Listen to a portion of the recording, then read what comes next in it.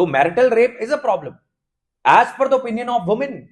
अब यहां पर तो उनके पति को सजा नहीं होनी थी, तो बदले की भावना से किसी ने झूठा इल्जाम लगा दिया, ऐसा भी नहीं है। तो यहां पर तो महिलाएं सच बोल रही हैं and they are kept anonymous, उनकी आइडेंटिटी नहीं रिवील की जाती, so this is a problem.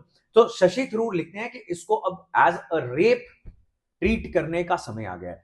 Now opposite दूसरा व्यू क्या है कि आज तक महिलाओं की सुरक्षा के लिए जितने भी कानून बने, जैसे कि डाउरी के खिलाफ कानून, डोमेस्टिक वायलेंस के खिलाफ कानून, इन सब कानूनों का मिसयूज हुआ है, हो रहा है।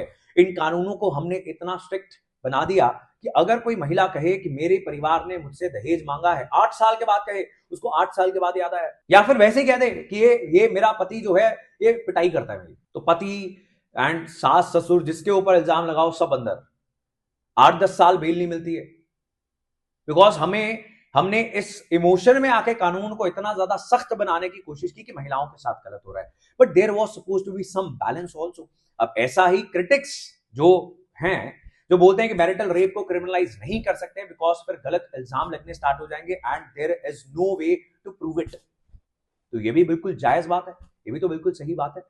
You can not do injustice to somebody to do justice to someone else. आप एक पक्ष के साथ, एक वर्ग के साथ न्याय करने के लिए दूसरे वर्ग को अन्याय उसके साथ कर दो, ये भी जायज नहीं है। Now these are the differing opinions about marital rape. हमें आंसर्स में क्या करना है, हमें तो दोनों ओपिनियंस देने हैं कि ये जी कारण है कि मैरिटल रेप को क्रिमिनलाइज करना चाहिए। कॉलोनियल लॉज जो हैं इंडिया के अंदर, वो एक पत्नी को बोलते हैं कि तूने सरेंडर कर देना, तेरा जीवन खत्म हो गया, तेरी होगी शादी।